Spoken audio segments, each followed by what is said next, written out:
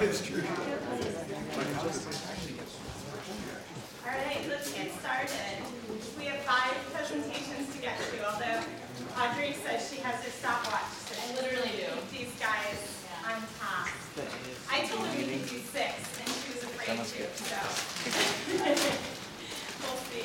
Maybe we're thinking in spring, maybe we're going to have literally everybody do it. This is the first time that we're doing this graduating student showcase. So Audrey and I came up with a list together of some students I knew that were graduating, and we asked them if they would be willing to present their work to the larger group so that we can see what is it that those people down the hall have been doing for the last 2 to 4 years or more. So we have 5 students who are going to speak today.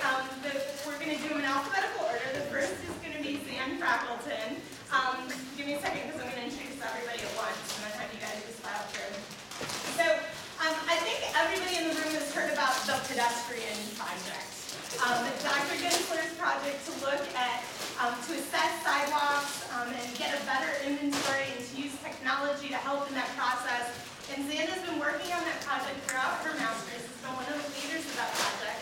And this is one particular aspect that she's done for her thesis, and she'll tell you more about it in a minute. Greg McFarland, who we're very sorry is graduating. Glad for him, but apparently we may be able to keep him in the spring for a little while at least.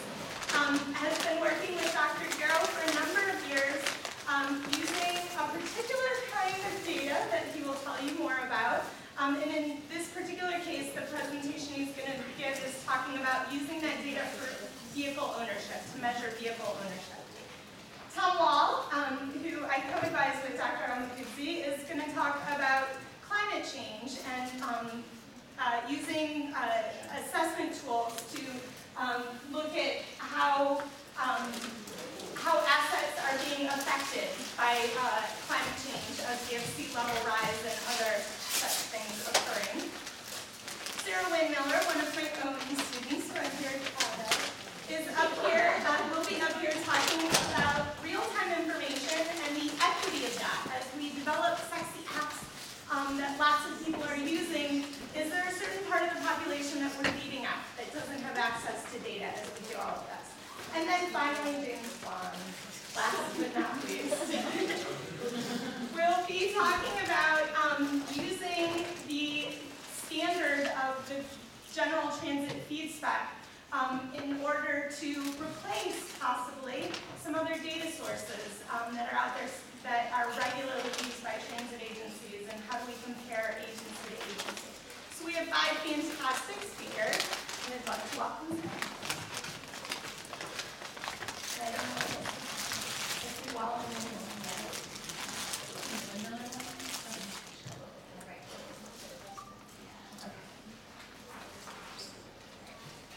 I should just let you guys know.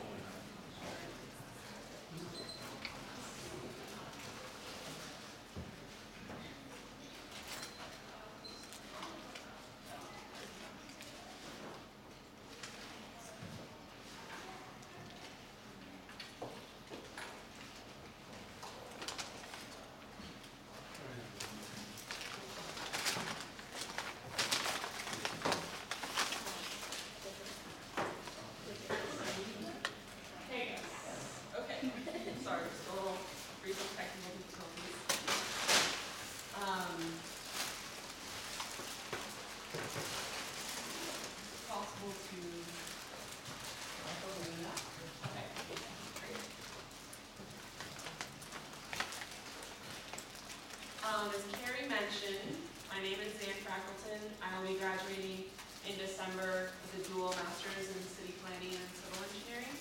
And during my time at Tech, I focused a great deal on pedestrian planning and prioritization.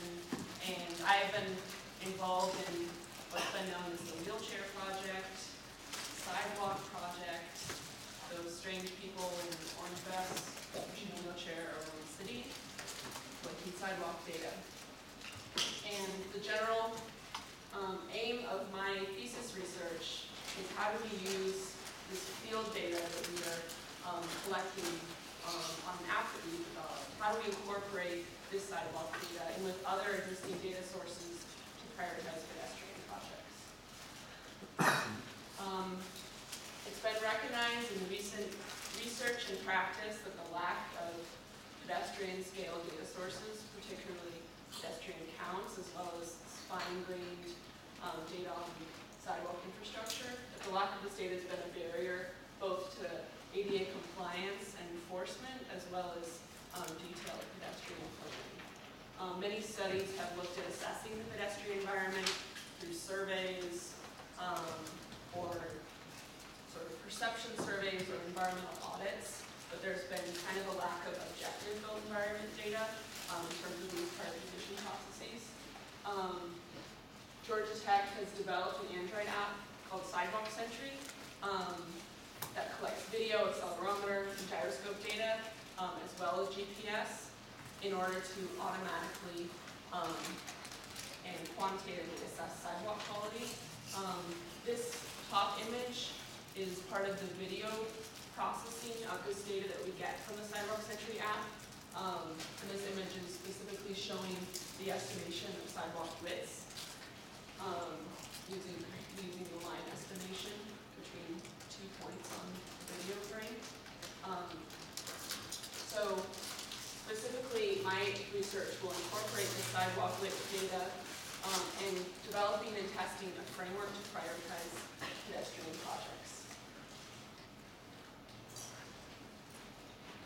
I identified a bunch of different data sources that I'm using in this prioritization framework.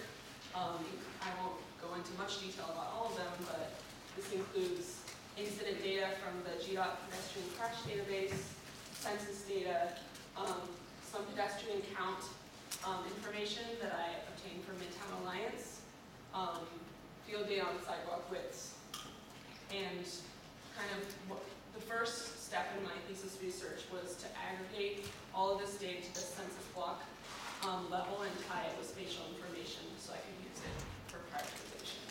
And this map shows the study area that I selected, which was limited based on the pedestrian count data available as well as the sidewalk width data that could be processed. Based on the available literature, a common framework in order to prioritize pedestrian projects is the idea that we should combine areas which have a degree of potential for pedestrian demand with areas that have a great existing infrastructure deficiencies.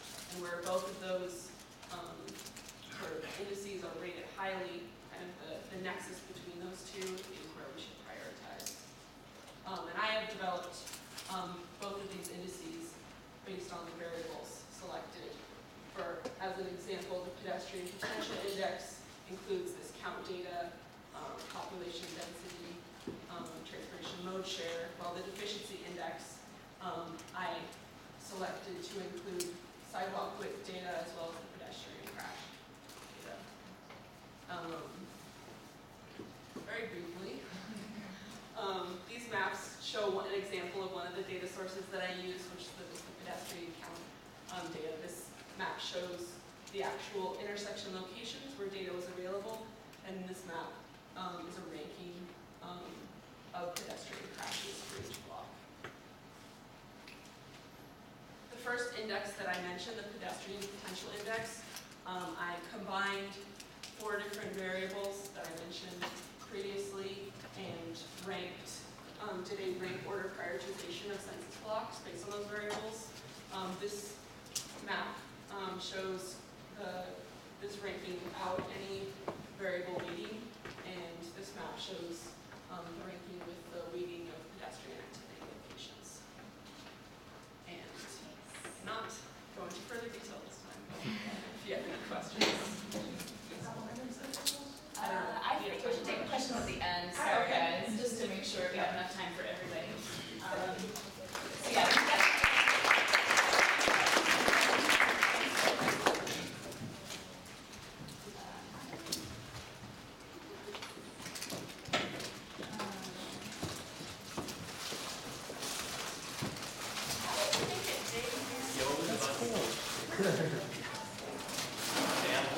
What? Oh, it's I did reading mode, and then there was full screen, and then there's like a button that has that expanding thing up there, like that. Thanks. I'm Greg McFarland, as was already introduced. Those of you who've seen my presentations before will be very excited for this one today. I have 5 slides, 3 pictures, and no equations. So very, very unique for both of us, for all of us. So the question I'm looking at here is a number of studies have shown time and time again that people who live in dense neighborhoods or who live in neighborhoods where there's transit accessibility own fewer cars. The question though is that which direction does this causality go? Do dense neighborhoods with transit accessibility convince people that, well, maybe I don't need a car to do all the things I need to do? Or is it people who dislike driving or dislike car ownership decide, well, I better live in a neighborhood where I can operate without a car? And this is an important question for policy responses because if it's just, if it's one or the other, it could answer how, so if you think about it like, let's take a neighborhood and make it dense or give it transit access. Will the people who live there continue doing what they have always done? Will they shed vehicles, or will it attract new people? You know, how much change is there? What effect would that policy have on actual outcomes in 10 or 15 years? So the question though is that if it is the second reason that people prefer living in these neighborhoods, or people learn how to operate without a vehicle, how can we measure that? I mean, there have been a number of studies, including some by Dr. Montarian in our department, who have asked people, you know, where have you lived before? But these have been limited because, you know, surveys have their own limitations, as many of you are learning this semester. So what we did instead was we purchased credit records for people. If you owe somebody money, then they want to know how to get in touch with you so they can get their money back. And one of the things that they do that is they keep track of your addresses. So credit records have a history of where you've lived or where people have lived. And you have to have a credit record if you want to, you know, get a credit card or buy a car or get a home or things like that. So what we did is we bought these credit records, and they come with an address history. They come with an address history, and they come with demographic information also. And we attach the vehicles registered to that house in the Georgia registration database. So we get this picture just shows the address histories. So we have some people who, you know, move from LA to Michigan and then into Atlanta and follow. So this is what our model shows. And this model controls for income, it controls for household size, it controls for, you know, basically all the variables that you could think of that might affect car ownership. And what this figure shows is the effect of exposed transit share and density on current vehicle ownership. So this isn't the current density and the current alternative share. On the y-axis, we have the highest place you once lived. So people near the top in high densities are people who used to live in San Francisco or New York or cities that we think of with high vehicle ownership. And then on the x-axis here in each of these is the alternative share. So again, the same thing. People here on this end of the scale used to live in New York or San Francisco, and people here somewhere else. So blue triangles show areas where people are more likely to own that number of vehicles, 1, 2, or 3 or more. And then the red circles show places where people are less likely to own that. So the way to read this chart is to say, well, somebody who used to live in a place with this density and this alternative share combination is more likely to own 1 vehicle than the region average. More likely to, a little bit more likely to own 2 vehicles and less likely to own 3 or more. Okay? So what this figure shows us is that as you increase the previous density, or as you increase vehicle, the alternative transportation mode share, vehicle ownership decreases. People go from 3 vehicles or more to 2 vehicles, or even to 1 vehicle. But the really interesting thing here is that this 1 vehicle ownership is conditioned not on density as much as alternative share. So the way to think about this is well, sure, I used to live in New York City, so I want to own fewer vehicles, but that will only reduce me from 3 vehicles to 2. Density will only reduce me from 3 vehicles to 2. Density is not enough alone to reduce me from 2 vehicles to 2. I have to have had experience with non-car alternatives in order to do that. And that's a pretty profound one. The question though is how big is this change, and the answer is not very. So these are not elasticities. If we take the current neighborhood and we go from a very, very low density, think Lilburn, to a very, very high density, think Midtown, we changed the vehicle ownership by 6%. So if we took 100 people and moved them from Lilburn to Midtown, we cut their vehicle ownership by 7 cars. If we moved the exposure, if we took those people and said instead of being from New York City, instead of being from Dallas, you came from New York City, we'd reduce it by 1 vehicle, which is really not enough to affect policy change. So go ahead and do what you want. Thanks.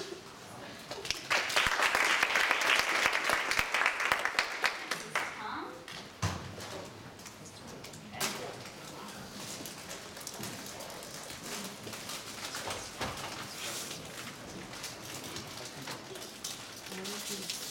So far away. Barren wasteland. All right. My name is Tom Wall, and I want to give you an overview of my dissertation. As most dissertations, I have a very long title. But what that means is essentially how do we look at highway culvert assets and prioritize certain assets versus others for climate change adaptation. And the short title is, in about 5 minutes, we'll talk about 3 years of my life. 5-ish, sorry. Sorry, Audrey. So, for the purposes of this presentation, I'm not going to go into details about climate change, except to say that the United Nations Intergovernmental Panel on Climate Change, which is globally the largest body conducting research on climate change, in no uncertain terms says this is unequivocal. It's happening. And if you look at observed changes in climate across the globe or regionally, things have changed, and our best guesses, our best projections suggest that they will continue to change in the future. My research has to do with one impact of climate change, and that is precipitation. And so in North America, one of the projections for precipitation, I'm mostly looking at extreme events, is to say that a 20-year event may occur by the end of the century as frequently as 6 to 8 years. And this statistic is for the Northeast, so New York, Massachusetts, Vermont, New Hampshire, Maine. Which is to say that events like you see in the picture on the right, which is the downtown connector in Atlanta in September of 2009, events like this may happen more frequently. And so we need to be prepared for that possibility and adapt or change our existing infrastructure so that it's more resilient in light of these projected changes.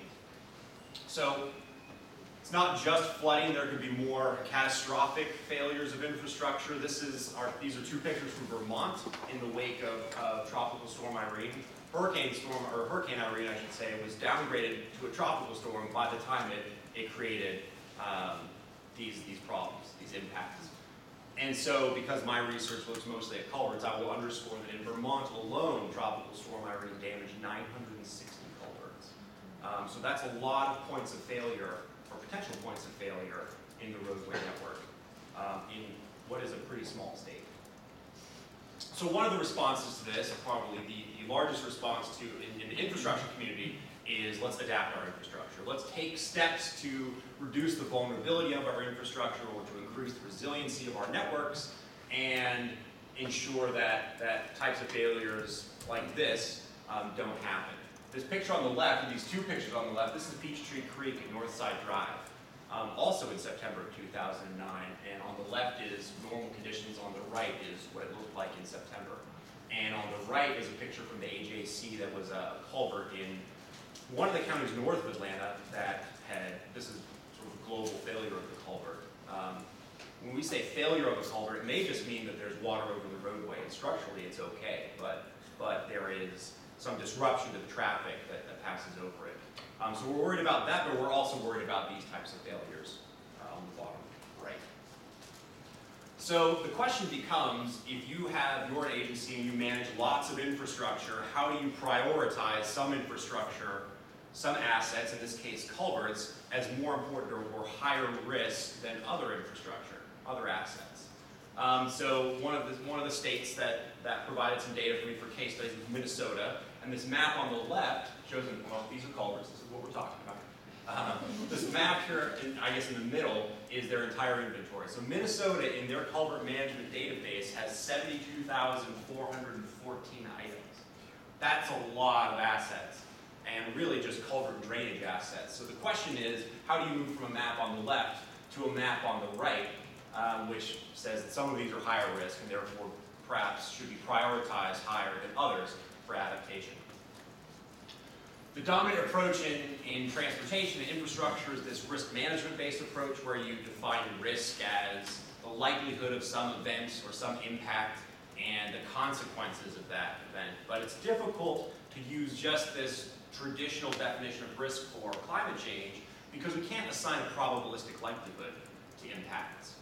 So we have to talk about scenarios, what are potential future scenarios that we can analyze but not assign probability to. And so one of the models that's been more recently suggested is what's called the catastrophe model, which is used in the insurance industry to say, let's look at a hazard, let's look at our inventory or whatever our assets are, and combine information about the hazard and information about the inventory into some vulnerability analysis. And we'll say, all right, well, let's look at the culverts that are more vulnerable, and then we'll add this loss component to, I have one more slide, we're in good shape. This loss component say, all right, well, which are more important? And so I've reformulated that into this model on the right, which looks at the exposure of assets to projected climate change. Some information about the inventory, the components, their functional performance, their condition, so we can make some judgment of vulnerability, which is the third component, and then we'll do criticality, which is, given certain criteria, which assets are more important than other assets. And so, my last slide, many pictures. Those three components are combined into this multi-dimensional risk matrix, which is just to say that you have these three dimensions of risk, and that's exposure to climate change, impacts, vulnerability, and then the criticality. And we can make some, those that are higher ranked in each of those three criteria will fall in this sort of central red region of this multi-dimensional matrix, which may indicate higher risk than ones that fall closer to one of the green or blue regions. And so that's, combining these three data types into that type of decision-making framework, we can arrive at the map I showed earlier, which shows some subset of assets within an agency jurisdiction as higher risk than others. Lots of pictures. All right. Thank you.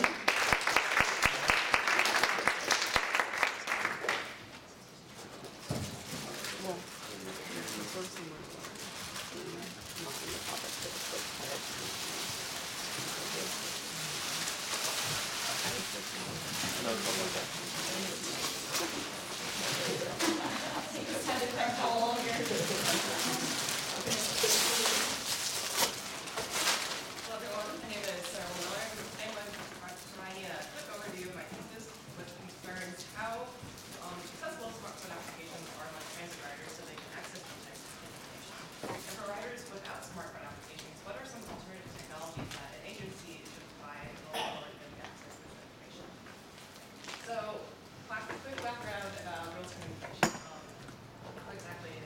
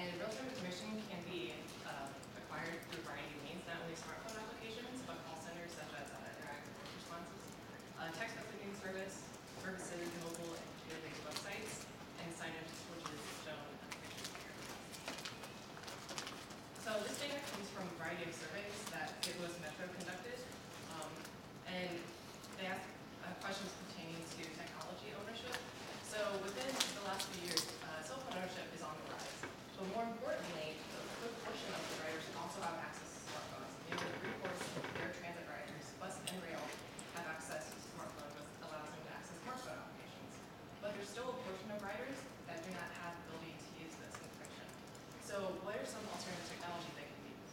And research also shows that there are certain demographic groups that are most likely to not have access to this information. This includes older riders, specifically if you're older than 40 years old, if you're unemployed, you're a homemaker, or you're retiree. Bifurcations most likely when compared to other racial groups, and people within the lower income bracket. However, this relationship compared to the other demographic groups is very slight. Other demographic groups have a higher influence regarding smartphone ownership. So what are some alternative technologies that are available to these specific riders?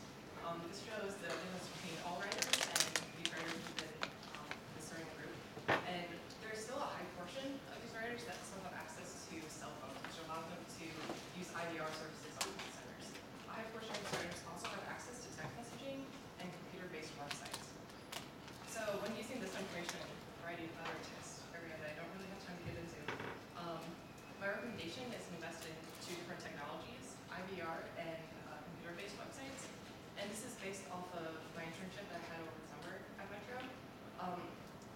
The operators in the call center would not only use an in-base software that Metro developed, but would also use Google Transit. And this is available to any rider, not just those operators.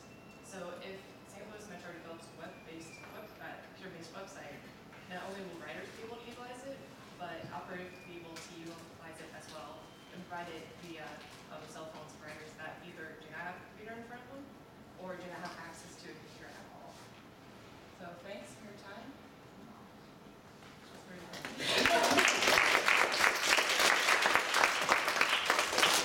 Under time, see the first question on the exhibition.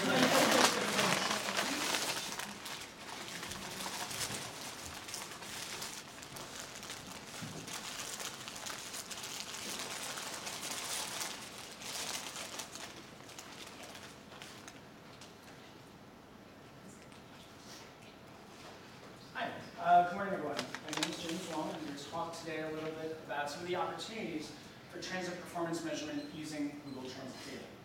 So when we think about transit data, it's not always super easy from a computing perspective to use it until recently.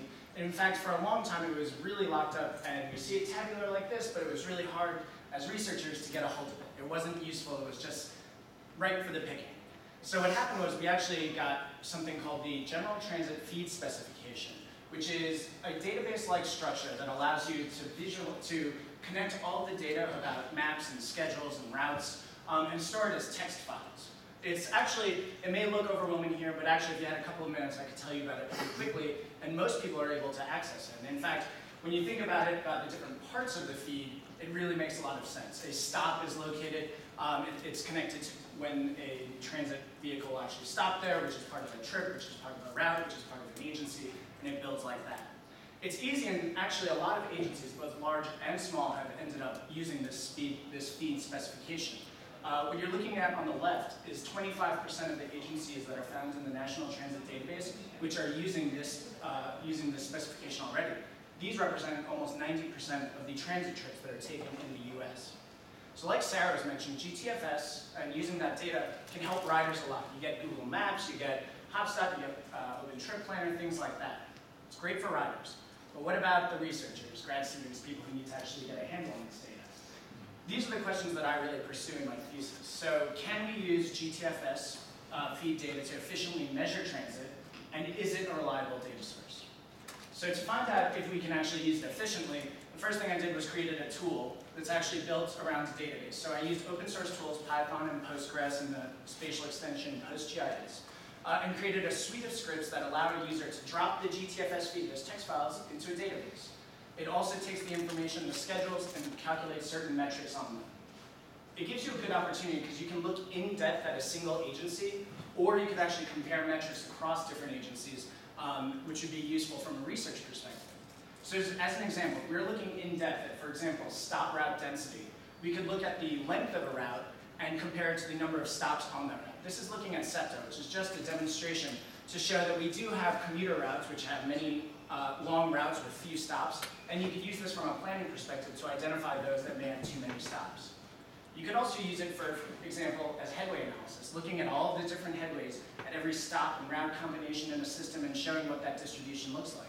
This, again, for SEPTA is showing us that we have a lot of stops in the system where a route comes every 15 or 20 minutes throughout the day, but there's also many that are showing up every 60 minutes, which is more challenging.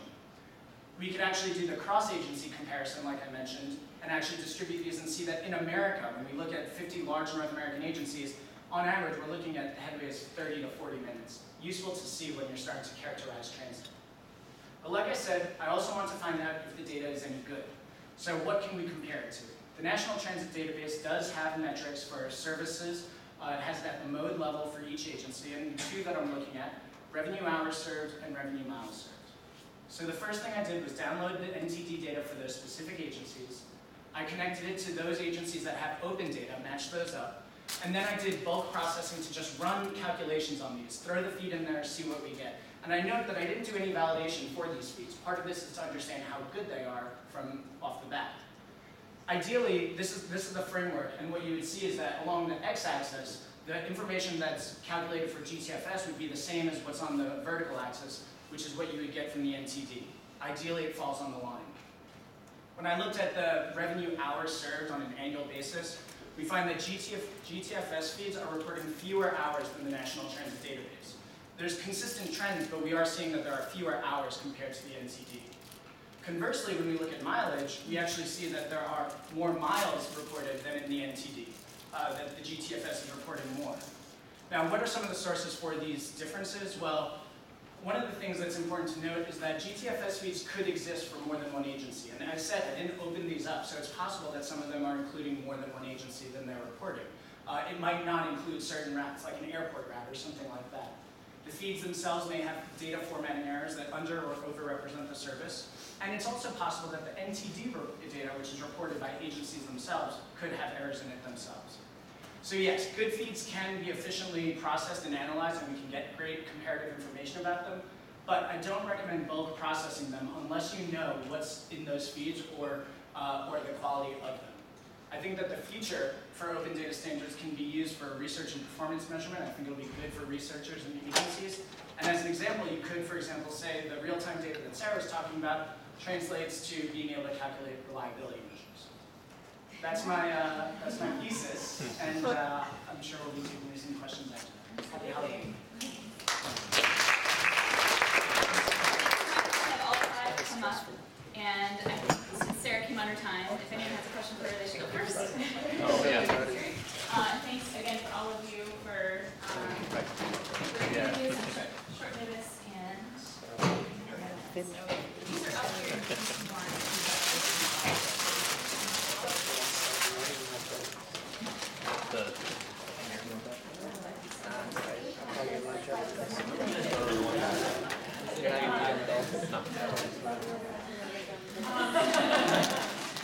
I was wondering, the statistics that I expect around 70% has smartphone data. Two questions. What survey, state national geo survey to get that, or where is it doing? And then the other question is, what percentage had cell phones?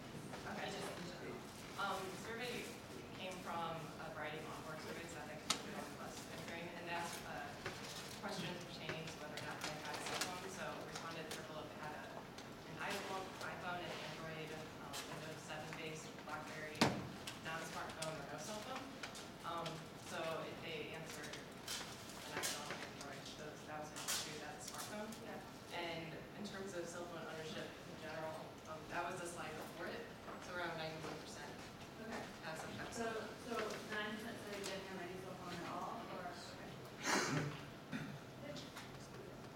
Oh, no, it's an easy question. I have a question for James.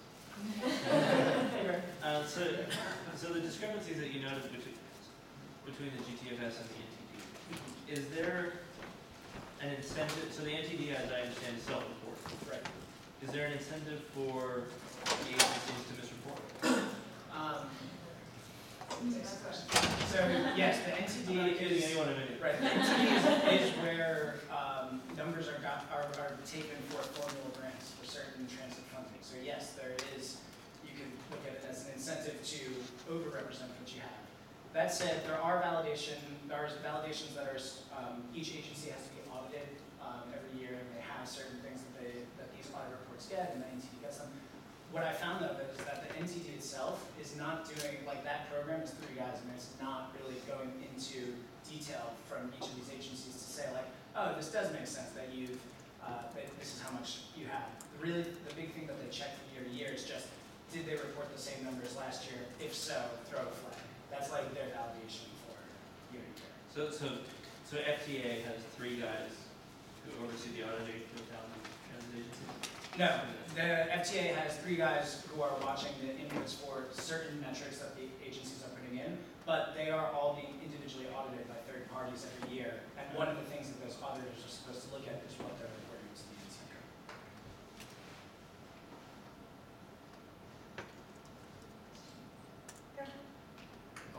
Good morning, everybody. I'm David Jarrett. I'm the Chief of R&D at Georgia DOT, and I want to compliment all the presenters. Very good, and I like the rapid-fire organization. With some very useful information. But I know we're a sponsor of the sidewalk project, which your work, Dan's working on. So my first question is for her. As far as the utility of this data, what kind of discussions have you had as far as how this data might be used by Georgia DOT? I mean, have you been involved with those discussions? Yeah, so we're kind of working on finalizing the website in order to display all of the, I guess, mostly processed data and from the app as far as a variety of metrics, including sidewalk width, crack density, obstructions. I guess I could go into more detail, but there's going to be kind of a main screen that has a map, a color-coded map in terms of our overall rankings for the sidewalk segments where we have data, and then more specialized users such as GDOT and folks at other agencies will be able to pull up our video-specific numerical results of our data processing, as well as probably some of the raw data. Okay, so this will be a site maintained by Georgia Tech. Yes. Okay. Yeah, because we're thinking our design policy group could probably use this, and our bike ped people. We're kind of in transition now. We had a bike ped coordinator, and she left, and now we've got somebody new coming on, and but I'm sure they'll be interested in seeing the results. Yeah, I think like through my research, the idea is to formulate the sort of data sources that you might consider in a framework for prioritization, and the idea is that you can easily scale up this prioritization process to larger scales depending on the data. Yeah, well, I'm confident that we can use it. I mean, I think there's some real gaps in what we know about the sidewalks out there. So I'm very interested in the results. Other question I had was for Tom. I want to know about your inspiration for this project, and is there anybody else who's moving in this direction like other state DOTs? I know you showed Minnesota up there, but are they progress on this? Specifically for culverts or just for adaptation in general? Either one. So the Federal Highway Administration has had a series of pilot projects a couple of years ago, 2 years ago, I think. That was 5. I mean, they weren't necessarily state DOTs. It was MPOs, and actually, I think it was mostly MPOs. Washington State DOT, the Oahu MPO, San Francisco MPO, Virginia DOT, and New Jersey were 4 or 5 pilot projects that sort of implemented a model that the Federal Highway Administration had come up with. And it was similar in structure to the catastrophe model that I showed, and that's sort of between the catastrophe model and the Federal Highways model, that was sort of my inspiration for how to configure this risk assessment, or this risk-based assessment.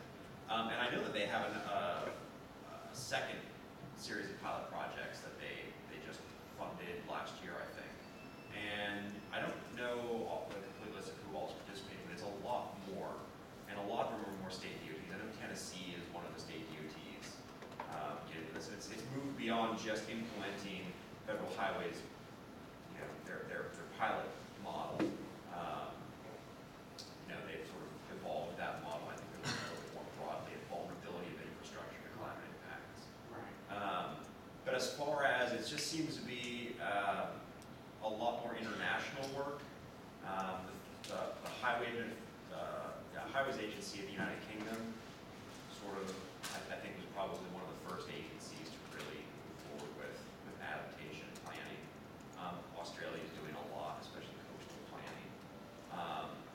But most of them seem to be looking at infrastructure more broadly and not specific classes of infrastructure or specific types.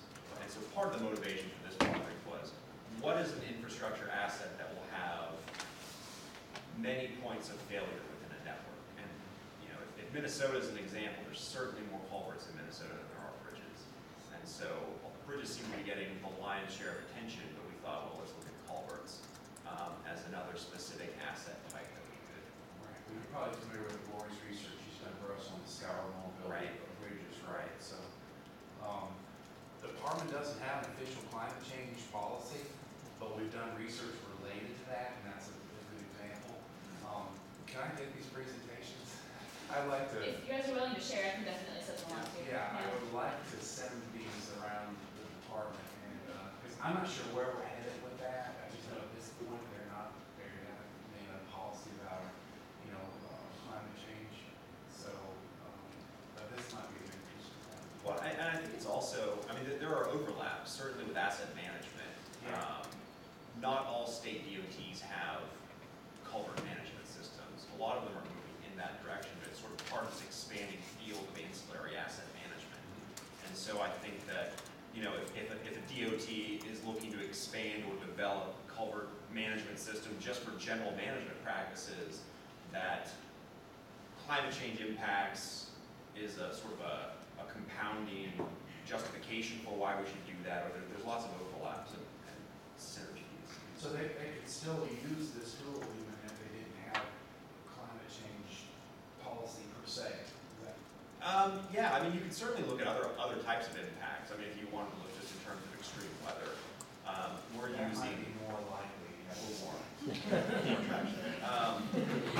Which, I mean, you then have to have some means of projecting extreme weather, but you could easily look at just the vulnerability and the criticality component of it, and sort of until there was the political will or what have you to embrace the climate change aspect of it. I mean, there's certainly benefit from looking at the other elements of what we're calling climate change risk. Yeah.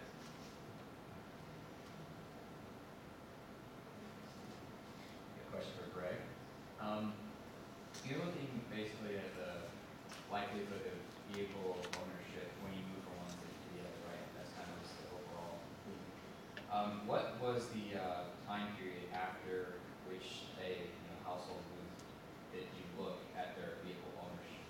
So that's actually one of the things that separates this study from other previous studies that looked at people who had moved in the last year or the last 2 years. What we looked at was just any information we had on your previous addresses. So some of the people that we saw, they've lived in Atlanta for 20 years, but have a previous address in New York City or somewhere else. And so that previous address would get counted as an exposure, whereas the current address is just the current density of the use. So the time after they have moved is different for each household. Right. So we looked at a number of different ways to categorize the exposure.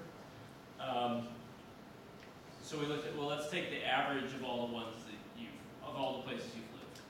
Or let's take, so that was what we looked at, or let's weight each of those previous addresses by how long you lived there. We also looked at, which place did you live the longest?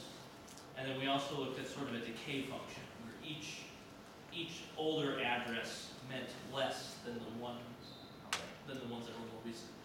And the one that we observed actually giving us the best fit was just the highest, the most extreme place you lived. Oh. And so that's the one I showed in this model, although the others are in the paper too. And that actually matches with economic theory. It's shocks to your system that cause you to change your behavior. It's not averages over time.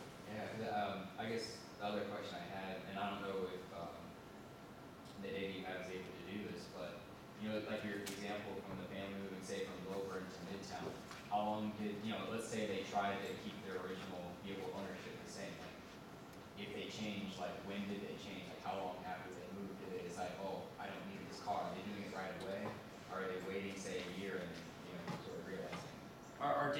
capable of answering that question.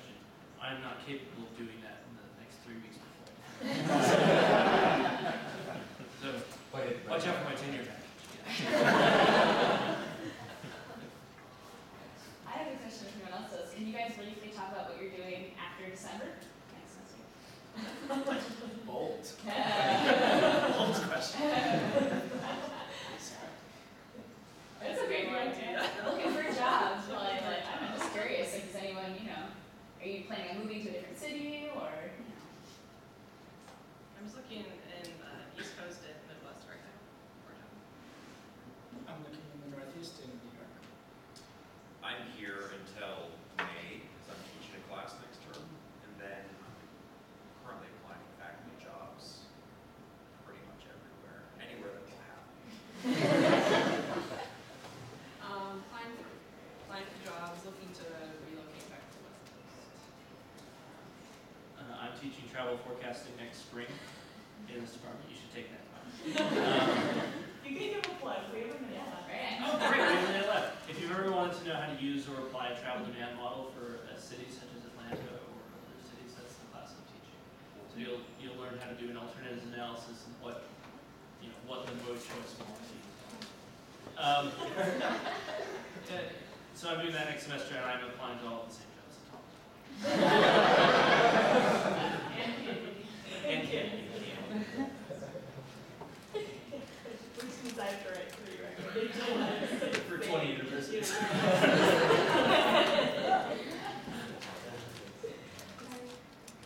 Any other questions? Yeah. Right, thank you. Thank you guys so much.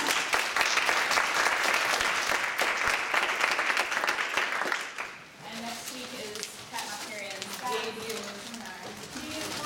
Also, remember you guys that today the Georgia IPE scholarship is due at midnight, so if you're working on that, make sure you get that signature.